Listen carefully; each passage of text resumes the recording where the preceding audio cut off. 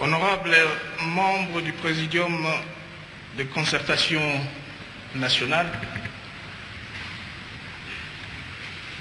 Mesdames et Messieurs les ambassadeurs des pays membres du Conseil de sécurité des Nations Unies, Mesdames et Messieurs les délégués,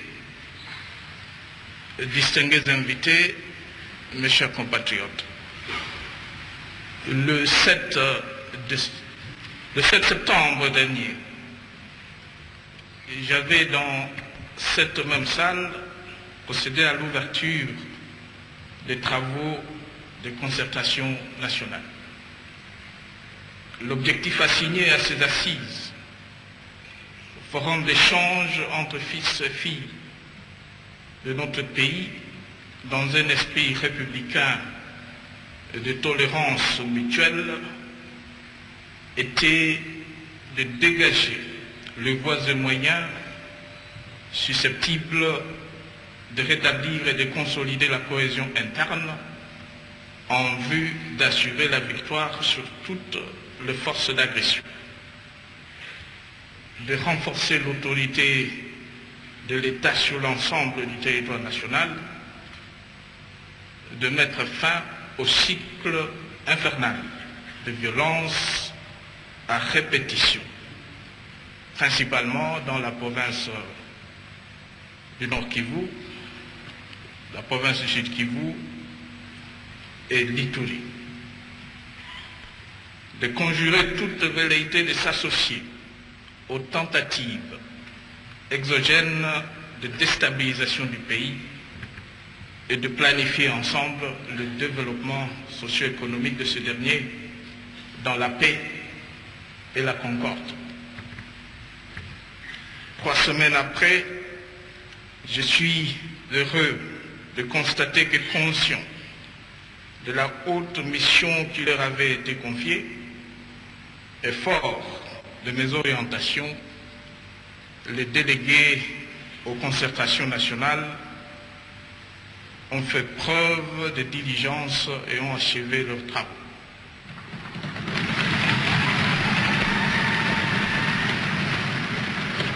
Au nom du peuple congolais et au mien propre, je félicite chacun et chacune d'eux, je félicite chacune et chacun d'eux pour le travail abattu et pour le respect du délai imparti. Une première dans l'histoire contemporaine de notre pays.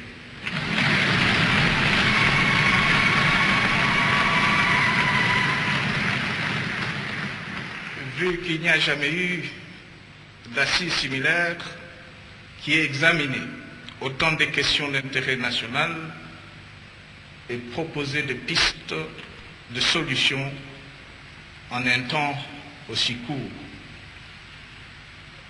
C'est la preuve que vous êtes attentifs à la détresse de nos populations qui, vu les atouts de notre pays, aspirent légitimement à la paix et au bien-être, et que non seulement vous avez entendu, mais aussi que vous avez trouvé pertinent mon appel à la mobilisation générale pour y mettre définitivement fin.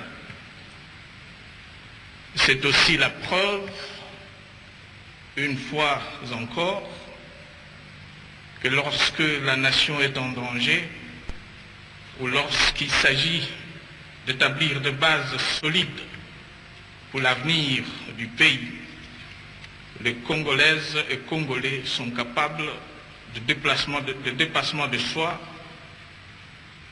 et de sursaut patriotique.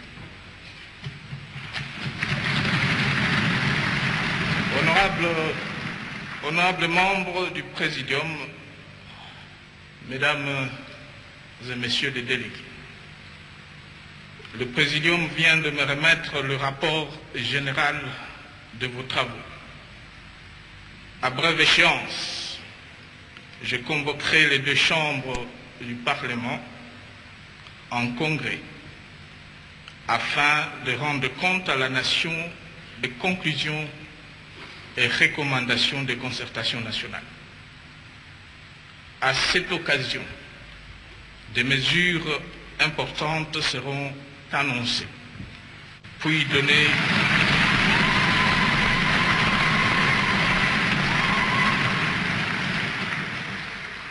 à cette occasion, des mesures importantes seront annoncées pour y donner suite, répondre aux préoccupations légitimes des délégués et par-delà à celles de notre peuple et imprimer un nouvel élan à l'œuvre de reconstruction nationale.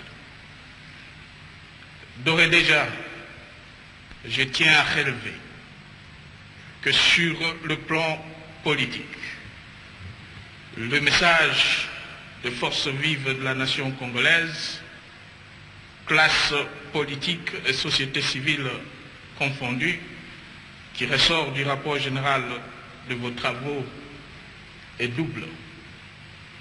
D'une part, vous tenez au respect du cadre institutionnel qui régit notre pays. D'autre part, face aux enjeux de l'heure, vous estimez qu'il ne faut pas sacrifier les impératifs de la pacification et du développement accéléré du pays sur l'autel d'une orthodoxie démocratique qui voudrait que la majorité tienne la minorité éloignée de la gestion de la chose publique.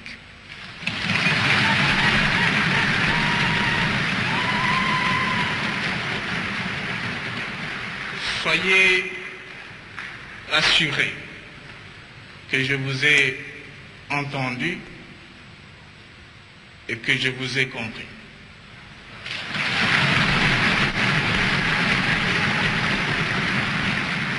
Cela d'autant plus que vous me rejoignez dans l'appel à la conjugaison des efforts que j'avais lancé dans mon discours d'investiture le 20 décembre 2011.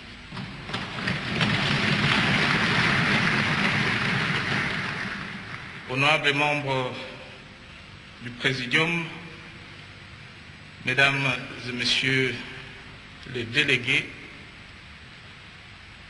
avant de clore mon propos, je tiens à souligner que nous venons de réussir, ensemble et dans la concorde, l'organisation d'un grand forum désormais historique, et que grâce au consensus que nous avons forgé, dans un esprit de tolérance et de respect mutuel, nous avons fourni à notre pays aussi bien les ferments de la cohésion nationale que les bases d'une meilleure gouvernance multisectorielle.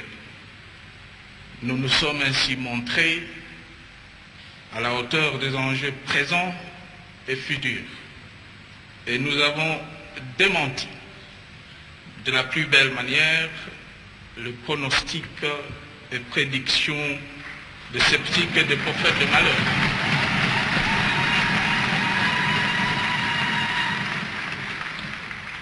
Nous le devons bien sûr à la qualité et au patriotisme des participants ainsi qu'à ceux de personnalités toutes nationales qui ont eu la charge d'organiser les concertations et d'en diriger les délibérations, singulièrement les membres du Présidium à qui je présente mes félicitations.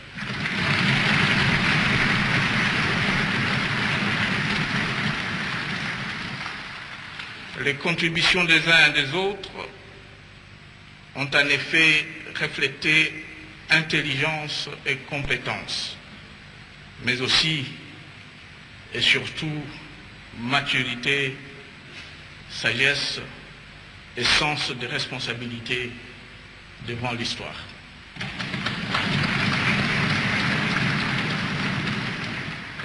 Pour l'émergence de la République démocratique du Congo, c'est un motif légitime d'espoir. Demeurons ainsi à jamais unis, motivés et déterminés, et nous relèverons tous les défis. Sur ces honorables membres du Présidium, Mesdames et Messieurs les délégués, je déclare clos les travaux de concertation nationale.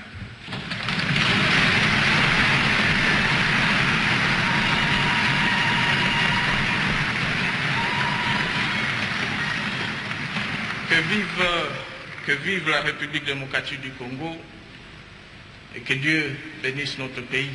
Je vous remercie.